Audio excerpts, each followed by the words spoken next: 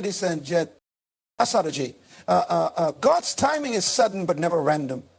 When he decides to move, it can look like it came out of nowhere to others. But in reality, it was always part of a divine strategy. We often get caught up in the urgency of our emotions and the need to be seen, validated, and celebrated. But God is not moved by pressure. He is moved by purpose. He doesn't operate on our schedules. He is the creator of time. Yet he moves outside of it. Alexander, that's why when the shift comes, it often feels like it happened all of a sudden. In just one day, God can change everything. But that sudden moment has been building in the background for years.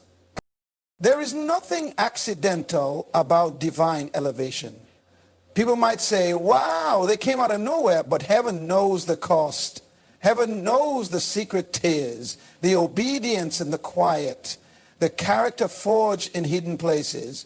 The reason God's timing is sudden is because he's not showing off your preparation. He's revealing his.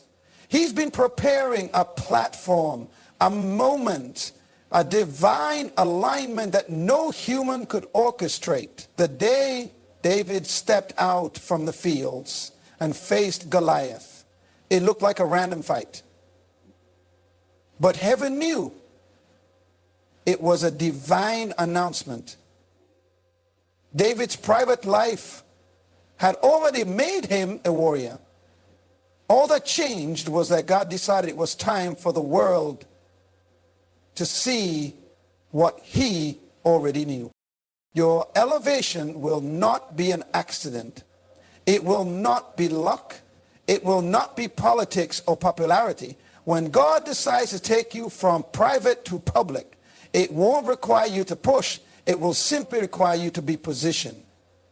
The world sees the sudden rise, but God sees the seasons of silence. His timing may seem delayed, but it is always deliberate. There is a set time, an appointed hour, and when it comes, no one can stop it. It won't matter who said you're not ready. It won't matter who passed you over. When your name is called, you won't need to audition. God has already written the script. He has been shaping the moment for you and shaping you for the moment. So while you're waiting, understand this. The wait is not wasted. The obscurity is not punishment, it's protection. If God wanted you seen earlier, he would have made it happen. But he knows the weight of being public. He knows the cost of being chosen. He is not just preparing the stage for you. He's preparing you for the stage.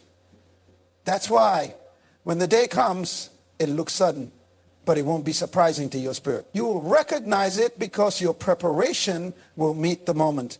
That's what it means to walk in divine timing. God doesn't rush, but it's never late. In just one day, your life can change. But know this, when it does, it won't be a coincidence. It will be confirmation. It won't be random. It will be right on time. Because God's timing is sudden, but never random. Being hidden is not being forgotten. Just because you are not visible to people doesn't mean you are invisible to God. In fact, some of God's greatest work in your life is done when no one else is watching. We often equate visibility with value, thinking that if people aren't clapping for us, noticing us, or celebrating us, then we must not be significant. But heaven doesn't operate on likes or followers. God sees what others ignore. God honors what others overlook. Being hidden is not rejection, it's redirection. It is divine preservation, not punishment. You may feel like you're in a season when nothing is happening, but something actually is. God is shaping, stretching, maturing, and preparing you in private because your public moment will require the version of you that has been refined in the dark. Think about a seed. It is buried, unseen, and completely covered. But just because it's underground doesn't mean it's dead. It's actually in the process of becoming. That seed in the dark, silent, forgotten soil is slowly developing the strength to break through. And when it does, what looked like a sudden sprout was actually months of silent growth. That's what God is doing with you. Hello. There are some doors you haven't walked through yet. Not because you're not ready in your mind, but because you're not yet ready in your soul. God isn't just developing your talent, he's developing your trust. He's teaching you to follow his voice, not the voice of the crowd. He's training your spirit to endure the pressure that comes with the platform. When God hides you, it's because he's forming your foundation. Fourth, no great building goes up without first digging deep. The higher the destiny, the deeper the digging, the stronger the call, the longer the construction. Being hidden is the training ground for the chosen. It's where your identity is separated from applause. It's where your integrity is tested. Can you be faithful when no one is watching? Can you serve when no one is clapping? Can you stay the course when no one is calling your name? These are the questions that are answered in hidden seasons. And here's the truth. What God builds in private will always outlast what people build in public. Even Jesus himself was hidden. For 30 years, the Son of God was not preaching, healing, or performing miracles. He was simply growing, learning, obeying, and becoming. Only 3 years of public ministry came after 3 decades of preparation. Why? Because the Father values foundation more than performance. When the Father said, "This is my Son in whom I am well pleased," Jesus hadn't done a single miracle yet. It was hidden, but he was already approved. So if you feel like no one sees you, hear this clearly. God sees you. Heaven has not forgotten your name, your gifts, your obedience, your silent sacrifices. God is recording it all. And when the time comes, God will take what was hidden and bring it into the light. He will expose you, not for fame, but for impact. And when it happens, it won't feel foreign because he didn't skip the process. You didn't rush the timing. You trusted the season of silence. Being hidden is God's way of telling you you're not ready to be seen yet, but you're about to be. So stay faithful in the shadows. Keep praying when no one is watching. Keep working when no one is clapping, because the silence is sacred. And what God is doing in private, he's about to make public. Public favor follows private faithfulness. In a world where people are constantly trying to be seen, to be noticed, to be celebrated, God is still looking for something deeper. Faithfulness in the unseen spaces. Before God ever brings you into a room filled with favor, he watches what you do when there's no spotlight. Faithfulness is not tested in the moment of reward. It's tested in the moments of routine. Can you be consistent when there's no applause? Can you show up with excellence when no one's paying attention? Can you be loyal to what God said even when you don't see the results yet? Our promotion doesn't start in public. It starts in private.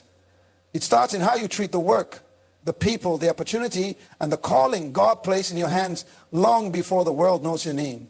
If you can't handle the pressure of obscurity, you won't be able to handle the weight of exposure. Public favor is the fruit, but private faithfulness is the root. And if you try to bear fruit without a healthy root, you'll collapse under the very thing you prayed for. Think of Joseph. Long before he ever wore the robe of royalty in Egypt, he wore the chains of a prisoner. Before Pharaoh favored him, Joseph was faithful to God in betrayal, in slavery, and in prison. He interpreted dreams for others, even when his own dreams looked dead. He served with integrity in places where no one saw him, but heaven saw it. And when the day of elevation came, Joseph didn't have to prove himself. His faithfulness had already spoken. It's almost a mix. Favor is not given to impress people. It's given to fulfill purpose. God doesn't elevate you so you can be admired. He elevates you because you were entrusted. Your public breakthrough is directly connected to your private discipline. What God watches in the dark, he rewards in the light. So don't despise the small spaces. Don't look down on the job, the task, the opportunity that seems too small. If God gave it to you, he's using it to prepare you. Faithfulness builds muscle memory for destiny. It teaches you how to lead without needing applause. It teaches you how to serve with humility. It teaches you how to hold influence without being consumed by ego. The higher God takes you, the more you'll need the strength of the lessons you learned in the shadows. Public favor will reveal who you really are, but private faithfulness is where you discover who you were truly meant to be. Even Jesus reminded us, he who is faithful in little will be faithful in much. You don't need a title to be faithful. You don't need an audience to be excellent. You don't need a platform to serve. In fact, when you serve without being seen, that's when your heart is truly revealed. Are you doing it for God, or are you doing it for attention? There's a generation of people who want crowns without carrying the cross. They want elevation without endurance. But God is not impressed by charisma. He is moved by character. And character is forged in the fire of faithfulness. When no one sees, when no one claps, when no one calls, can you still say yes? Can you still show up? That's what qualifies you for favor. So let the world chase fame. Let them chase the stage. But you chase faithfulness. Because when the time is right, favor will find you. Doors will open that you never knocked on. Rooms, the anointing speaks louder than the announcement. In a world obsessed with self-promotion, God is still in the business of silent preparation.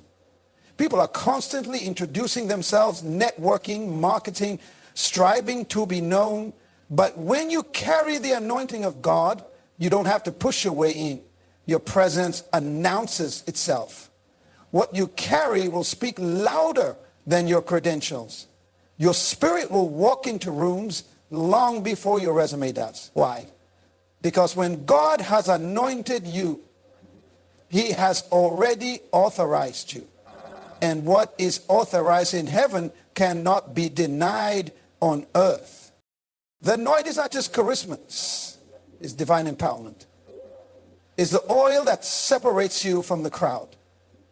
It's what makes what you do hit differently. Two people can sing the same song, preach the same message, write the same vision, but the one with the anointing will shift the atmosphere. Because the anointing isn't just talent, it's heaven's touch on your obedience. It's not your ability, it's his grace moving through your weakness. And when the anointing is real, you don't need to shout for attention. It draws the right eyes in silence. David was anointed before he was ever announced. He didn't post about it. He didn't strategize his come up. He went back to the sheep after the oil was poured. Because when you know you've been chosen, you don't chase the crown, you carry the coal. David didn't force a moment. He waited for his moment to find him. And when it did, the anointing did the talking. When he stepped up to fight Goliath, no one had to vote for him. No one had to nominate him. The anointing chose him, and the giant recognized it, even if the army didn't. This is the danger of chasing an announcement without the anointing. What you promote in your own strength, you have to maintain in your own strength. That's why some people burn out. They're trying to hold up a version of themselves that God never called. But when you're walking in your anointing, there's a peace in your pace. You're not hustling for attention. You're flowing in your assignment. The anointing carries you, covers you, and confirms you. And when it's real, people may not even understand why they're drawn to you, but they will be.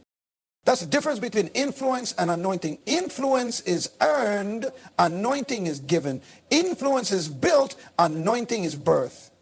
Influence can be taken, but anointing is sealed by God. You don't lose it because of people's opinions. You don't gain it because of followers. You walk in it because heaven decided that you are the vessel. And that changes everything. So you don't have to force your way in. You don't need to scream for recognition. You don't need to defend your call. Just walk in your honor. The anointing will defend itself. Let your fruit speak. Let your result speak. Let the peace you carry speak. Let the breakthroughs in your life do the talking. The enemy may try to discredit you, but the anointing will still set you apart. The announcement may come later, but the anointing is what heaven responds to now. So keep serving, keep praying, keep showing up with humility. When the anointing is on you, God will announce you when the time is right. And when he does, it won't just be people clapping, it will be heaven endorsing